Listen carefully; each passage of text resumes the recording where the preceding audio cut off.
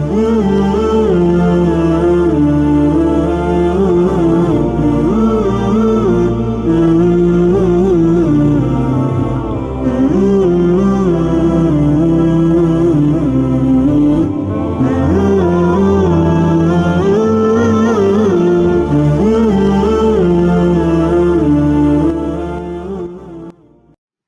all, my name is Hriday Raval and I am your host for today. Welcome to Bharat News. Today we will be talking about the Israel-Hamas conflict. What happened within the past 72 hours? This is the fourth day. Talking on the subject, we have with us Major General Dr. Rajan Kochhar, retired. Dr. Rajan Kochhar is one of the most finest defense analysts of India, and he has been associated with many think tanks and defense institutions of India. He has also authored 4 books. Not wasting much time, let's welcome Dr. Rajan Kochhar. Welcome, sir, to Bharat FM. Namaskar, Hriday. Thank you very much for inviting me to your show. It's a very difficult time for Israel, and we will be discussing this issue as we go along. Definitely, sir. It's a pleasure you are here with us. Talking about the current situation that has been continuing since past 72 hours, let's talk on first why it happened, for what reason. As we all know, this issue has been prevailing since ages. So not dwelling into the past so much, but if you can tell few past events which trigger the current situation where Hamas attack Israel and kill its innocent citizens. See, Hriday, we have to understand first a little background about this entire Palestinian issue and try to understand the dynamics of Gaza and try to understand the dynamics of the West Bank. We will focus on Gaza Strip because that is the current scene of conflict. Yes. Gaza Strip, as you know, is a strip which is on the south of Israel, and it is practically 365 square kilometers in size, 30 kilometers by about 12 kilometers. And it joins Egypt, Israel, and the Gaza Strip. So, the 1948 war was the first conflict of the Arab and Israelis. And in this conflict, Gaza Strip and West Bank were taken over by Egypt and Jordan, respectively. Then what happens is in 1967, there is an Israeli war in which Israel attacks in a preemptive action. Israel attacks Jordan and Egypt and takes back Gaza Strip and West Bank. So it took back this thing. Now what happens subsequently is that a peace accord takes place, the Oslo agreements are there, and this Gaza Strip is converted into a kind of an autonomous region, and it is administered by this Hamas militant group, because in 2006 elections, they won the elections in the West Bank as well as Gaza, and then they took control of the Gaza Strip.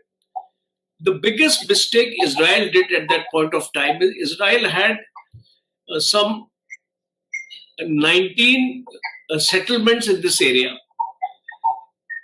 Israel relocated itself from the Gaza Strip Israel pulled back its forces which were there in the Gaza Strip and gave it all to Hamas. What happens is, over a period of time, uh, there is a great deal of disgruntlement among the Palestinians, because the Palestinians feel that they have been kept in an open prison.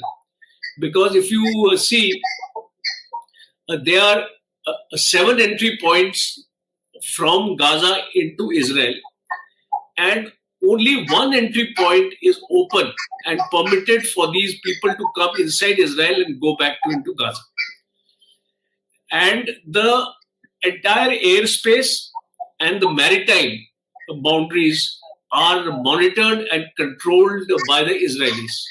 So that is the situation, that you have a particular ethnic group of Palestinians being denied their basic human rights, and that's how the resentment is. Second was about the Al-Aqsa Mosque. It's a mosque in Jerusalem where non-Muslims are not allowed to pray in the compound area of that mosque. So this became a bone of contention, and the Israeli soldiers have entered into the mosque on a number of occasions. And in 2021, there was a firing, and rockets were also launched, in which many Palestinians were killed. So they were waiting for an opportunity. Hamas was waiting for an opportunity to strike at Israel. And on 7th October 2023, it marks the 50th anniversary of the Yom Kippur War. So they took this opportunity because they knew that people will be celebrating, rejoicing, and their guards will be down. And they took the opportunity to attack Israel at this point of time. Definitely. So, sir, can we tell it as a Israel-Palestinian war, or we can call it Hamas-Israel war? So you have to understand that who is Hamas? Hamas are Palestinians only. Yes. They are fighting for whom? They are fighting for the Palestinian cause. But there is a faction, or there is this is a Palestinian movement have two major groups which are their actually representatives. The Mahmoud is there, I think. Fata Group. Fata Group, which controls the West Bank. Fata Group. Now, these people and Hamas are the two contenders for the cause of the Palestinian cause, and they have differences among each other. The Fatah Group believes in reconciliation through talks. It's a more it's not a radical group like Hamas is, whereas Hamas is more radical in nature and is more militant in nature. So there is a difference of opinion among these two groups. So Hamas wanted the Palestinians and the Arabs, Muslims to understand that they are the true representatives of their cause. And that is why, to gain ascendancy over this Fatah group, they have carried out this attack, and they have named this attack Aqsa Flood, Operation Aqsa Flood, just to show that they are fighting for the Al-Aqsa Mosque. They are fighting for a religious ethnicity, and they don't want Israeli domination on their religious faith.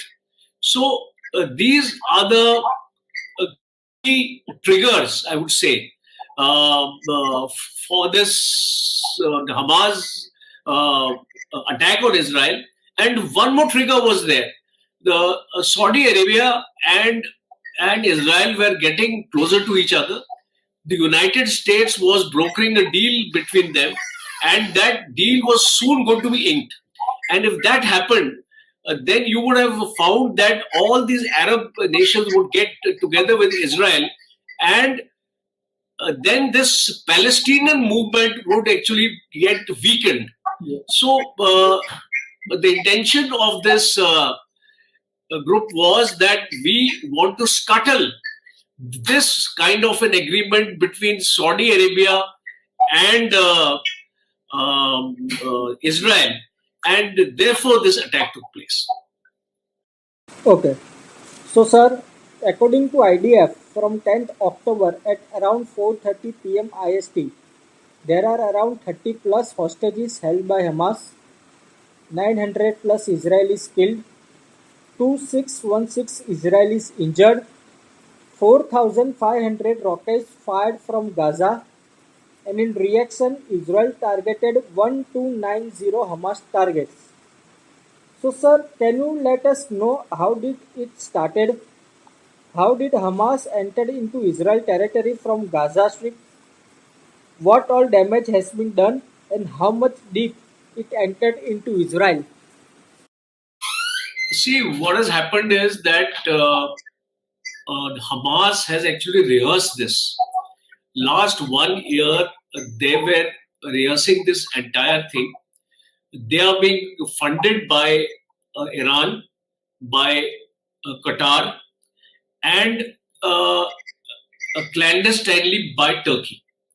So these are the three countries where they are being supported from financially, and it is also believed that the Iranian Republican Guard has been training these people.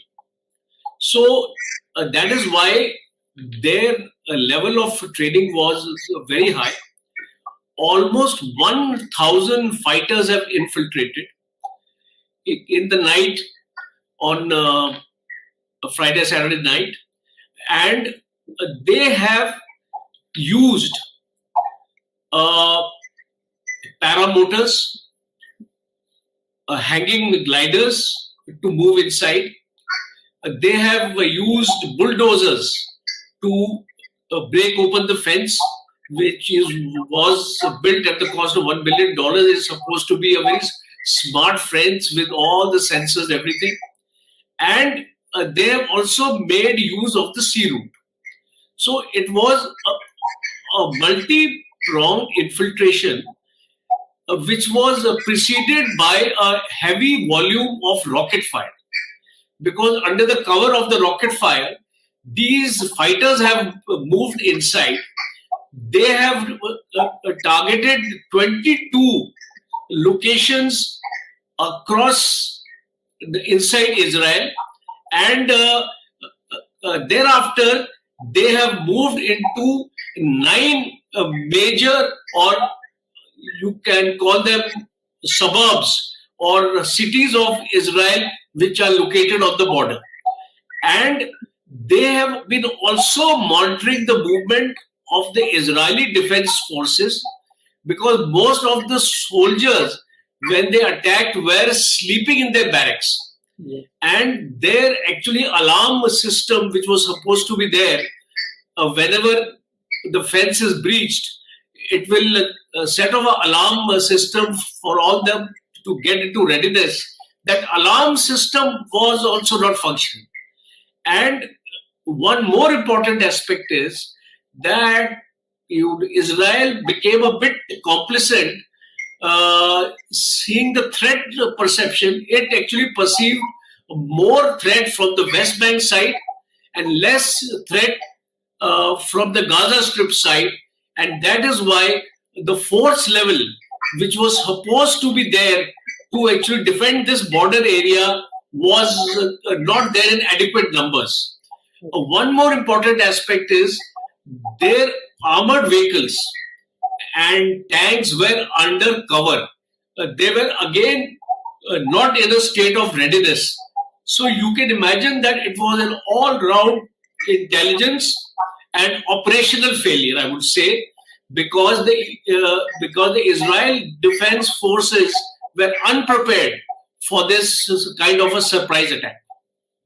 So, sir, there has been a huge cry out there that how did Mossad fail to interpret this attack? How did their intelligence fail? Sir, what could be the main reason behind it? See, Mossad was monitoring all activities of Hamas in the Gaza Strip. They saw them training, they saw them practicing, but their assessment was has actually gone wrong. They assessed that they don't have the willpower, or they don't have that kind of a force level to attack a strong nation like Israel. And they said that they are only preparing for themselves. We need not consider it as a threat. So, first thing we have to draw a lesson from it is, intelligence is available, but interpretation of that intelligence is also very important. The same thing happened in Ladakh, when the Chinese came inside and took us by surprise. Our intelligence was available, but we never interpreted it that the Chinese would take such an action. Similarly, this has happened here in Israel. They had intelligence, they had inputs available. It is not the failure of Mossad, but that interpretation, the generals or the top hierarchy who have to take action on intelligence inputs, that action was found actually lacking. So, sir, what will the UN do? Their first task when it was formed was to solve the Israel-Palestine conflict. Until now, they haven't resolved this conflict. So, what could be the main role of UN into this? UN told that Israel can't take full control of Gaza, while Israel PM Netanyahu told that they will take full control of the Gaza Strip. See, because of this Hamas attack, the Palestinians' cause has been affected, because there is a resolution of the United Nations which says that a two-state has to be established. Palestinians have to be given their own state of living, and Israelis have to stay in their own state of living, which has not been accepted by Israel. There have been a number of accords, agreements. Camp David agreement was there in the 70s. Then we had the Oslo Accord, and we had the Abraham Accord. But what has happened is that the problem here is that Jerusalem is considered to be the holy city of the Jews as well as of the Palestinians. So the biggest drawback to arrive at a consensus is the status of Jerusalem. Who will get Jerusalem? So you see, Gaza Strip is not an issue at all with Israel. Israel in the times to come would have agreed to completely give away the Gaza Strip. But the problem is in the West Bank. So there, Israel is not willing to part even an inch of territory. And therefore, in West Bank, total control of the administration and the running though there is an administration in place, the Palestinian Authority is there, which is running the affairs, but they are being dictated by the Israel intelligence and the Israel security agencies. So it is not exactly an independent state. So I perceive that in the times to come, if we have to resolve this problem, we have to give certain kind of autonomy to the Palestinians to actually run their own part of the state, like the West Bank. We give them autonomy. Gaza Strip also we give them autonomy, and we don't actually control these places. We allow them to function, but at the same time, we also get access, or you can say Israel also gets access to all these places of their choice. So it's a very complex situation. It's not an easy problem to resolve.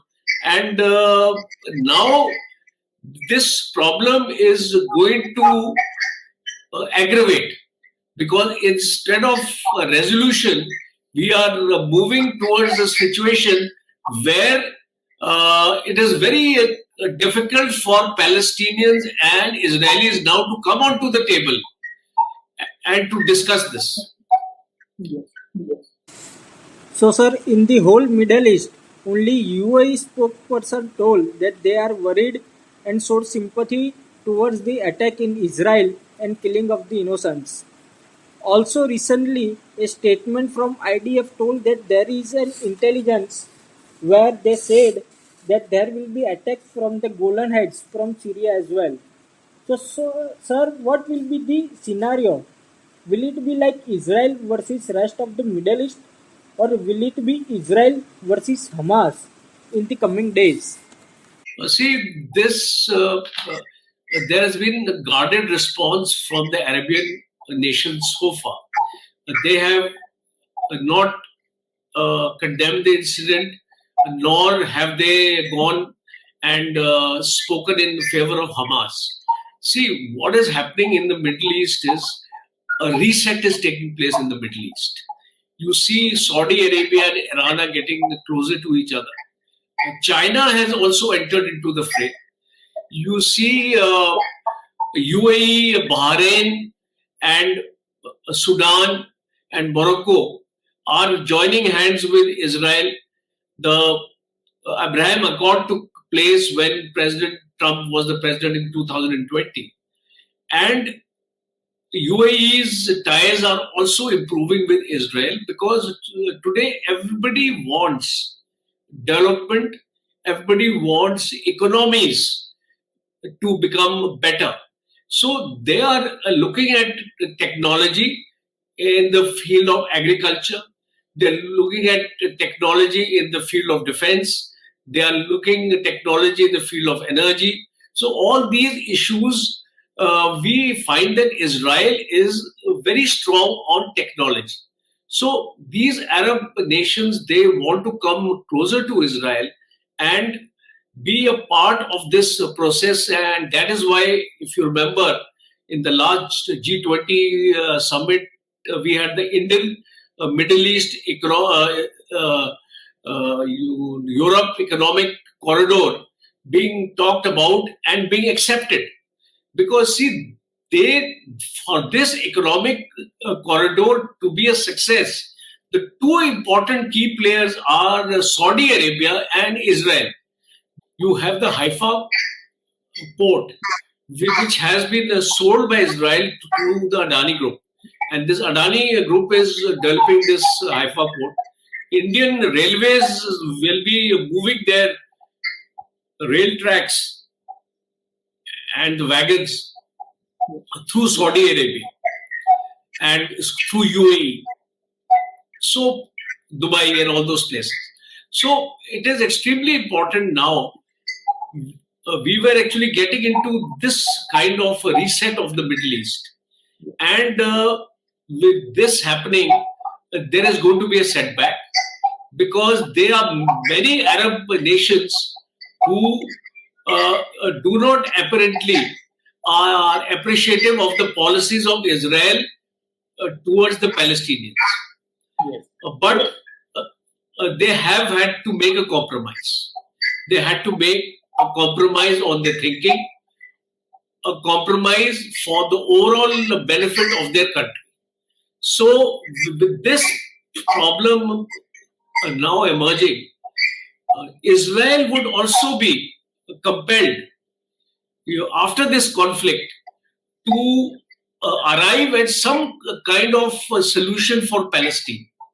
So now it would become imperative for any progress of any kind of alliance between the Arab nations and Israel, it will be contingent to the Palestinian issue getting some kind of a resolution, because it's been too long.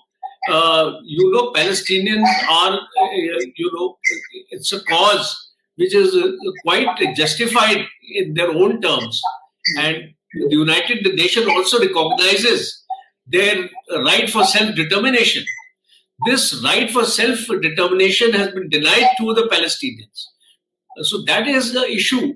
And of course, we have to look at the security of Israel and the vulnerability of Israel also, because on both sides, on the east and the west, Israel will be hemmed in by these enemies of theirs. So Israel is also concerned for its own security, that if it allows Palestine to happen, then it is looking for trouble also within Israel. So it's a complex situation. Let's see how it works out. Sure. So, sir, what do you think about China's role into this? As China will be against the corridor India will have with the Middle East as proposed in the recent G20 meet. Also, China is backing Iran and Iran has been backing Hamas. How far do you think China's role into it? See, in this entire episode, the role of Iran is coming up in a big way. So possibly the world powers have to look now into how to manage relations with Iran, how to ensure that Iran does not uh, uh, create these kind of disturbances in other countries. Because let me tell you that if you look at the psyche of Israelis, they are not going to spare Iran also. Because after this conflict is over, their next focus would be on Iran. So that would be a very destabilizing factor. And I'm sure the United States will play a very important role in ensuring that these kind of conflicts in Iran, between Iran and Israel, don't happen. But then in geopolitics, you can't predict anything. We really can't say, because we're going to have elections in the United States. So whosoever comes, we'll have to watch what kind of stand it is taking. The Ukraine war is going on. It is likely that this war will also come to an end in a couple of months. Some indications are there, some positive signals are there. So we're also looking at China, Taiwan, Ladakh. These are the areas. So China is also not in a hurry right now to carry out any operation in Taiwan, because China has seen what has happened in Ukraine, and China also knows that Americans will also get into this conflict. So China will never like to get into a conflict where the Chinese feel they may not be having an upper hand. So these are the issues which I think the world has to see in the next decade or so. Definitely. So, sir, how far India will be affected by this attack? If we see the chronology or the methodology of this attack, it is quite similar to than that of Al Qaeda or ISIS, or more lethal than them. So, will Al Qaeda be influenced by this Hamas attack and can attack India?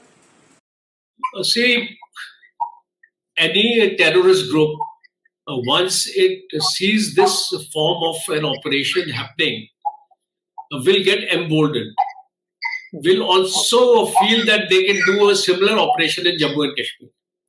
So that is why there are some lessons which India will have to learn from this conflict. The first lesson is that you have to be always on your guard. Your intelligence agencies have to be monitoring the movement of your enemy 24/7. You have to make use of satellites, you have to make use of cyber, you have to make use of space, and you cannot be complacent. Secondly, you must be extremely vigilant on the days of your festivals. Whenever your festivals are taking place, we tend to relax in those periods. So we have to be very, very careful for that. Third is that we now know that China is our main adversary and our focus is on China.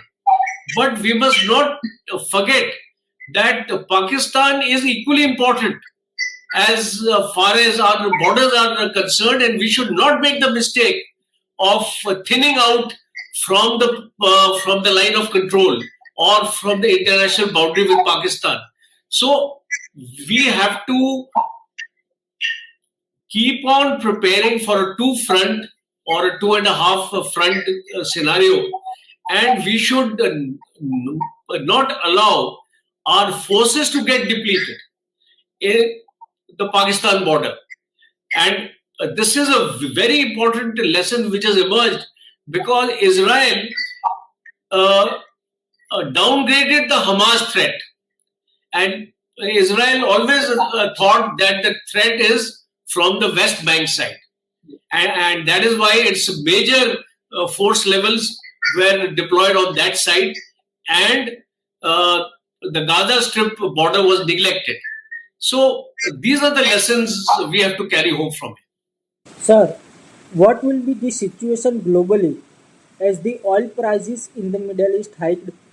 Haifa port owned by Adani, and after this attack its stock shrank by 4%. How will be the economic stability of the globe affects while Russia versus Ukraine is also going on at the moment? Say this, I don't foresee this conflict to go for a very long time. If you see the past history also, in the Gaza Strip, it's been around 15-20 days, but this may go a bit longer. It may go to 2 to 3 months. But beyond the 3 months, I don't foresee this conflict taking place because Gaza Strip is not a very big area. And once the Israeli ground forces move inside and they start sanitizing the area, it won't be such a longish affair. So I feel that economic stability will return. It may not happen. It may not happen immediately, but in 3-4 months, I think things should get back to normal. So, sir, concerned about the thought within Israel, Prime Minister Benjamin Netanyahu is ex-military. You are also an ex-military personnel. So, can you think on how Netanyahu will attack the Gaza Strip? So far, he has targeted 1290 Hamas sites in Gaza through airstrike. Now he is planning to enter through land. What will be the scenario while targeting Gaza? How many days it will take approximately? See, what actually Hamas has done is it has built tunnels, a great amount of tunnels, so it can easily move from one place to another. And fighting in a built-up area or fighting in urban areas, the Hamas people or these fighters are more trained or better trained than the Israelis. So the Israeli forces, or especially the special forces of Israeli, are going to be employed on this task, and they are going to find it difficult. So it is difficult to lay down a time limit or a time period. But as I told you, that it may take a couple of months for Israel to totally get control of the Gaza Strip. And beyond that, there is another problem. There are 2.3 million people, almost 20 lakh plus of Palestinians who are there and who are going to get displaced. Where do we keep them? Uh, Refugee camps? Will the United Nations come forward for any kind of monetary aid? Because Israel is not going to give any monetary aid to these people. So, what will be the future of these 20 lakh odd Palestinians? So, that is a very important and a very humanitarian question, which is concerning all the major powers of the world. So, once this operation is over, and there'll be so much of destruction, and most of the houses of the Palestinians would have been destroyed, where do they go? From where the food will come? Because Israel has cut off electricity, it has cut off water, it has cut off food supplies. So, what happens to these people, 20 lakh people? It's a nightmare as far as I can see it. Definitely. So, sir, talking about the politics of India, how you think our relation with Palestine and Israel will affect? As we seen from the Indira Gandhi government, they supported the PLO. After then, during Atal Bihari Vajpayee's government, our relationship with Israel got strong. And now our PM Narendra Modi ji has a great friendship with PM Netanyahu. So how our relation with Israel and Palestine will take place in the coming days? See, we gave official recognition to Palestinians. We were one of the first countries who officially recognized them. And then Prime Minister Modi also visited Palestine in 2018. Yes. So we actually understand the Palestinian cause, and we are sympathetic towards the Palestinian cause, but at the same time, we have a very close friendship with Israel. Yes. And Israel has been a very dear and a true friend of India. So, in the times to come, our foreign policy is going to tilt towards Israel. It would not go towards Palestine. We may listen to them, we may meet them, we may talk to them, but I don't think any kind of aid to Palestinians would be visible as far as India is concerned, because India and Israel share a very strategic partnership. They are there with us in defense, in technology, in medicine, and there's so many fields where we are collaborating with Israel.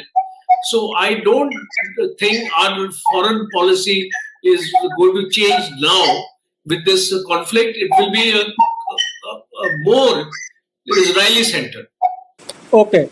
Because, sir, what the thing is, during our war with China and Pakistan, only Israel supported us. No one from Middle East supported us. During the Kargil war, Israel has sent their arms and ammunition within no time. If we have to choose between Israel and Middle East, then Israel is the one we will definitely support. Definitely, Israel is a trusted partner of India, and moreover, Pakistan and Israel are not on good terms with each other, and Israel has always been uh, supplying us military equipment. Drones are there from Israel.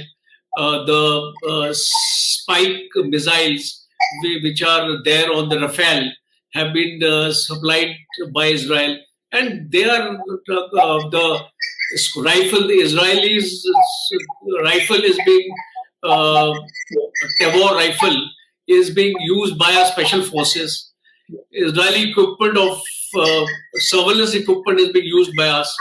So, I mean, there is a long list. India is the largest customer of Tel Aviv. Yes, so we will continue to be with Israel. I have no doubt about it. Sure, sir, definitely. Thank you, sir, for your time for today. Thank you very much, Hriday, for inviting me. It was a wonderful discussion, and I wish you all the very best. Jai Hind. Thank you. Jai Hind. Vande Mataram.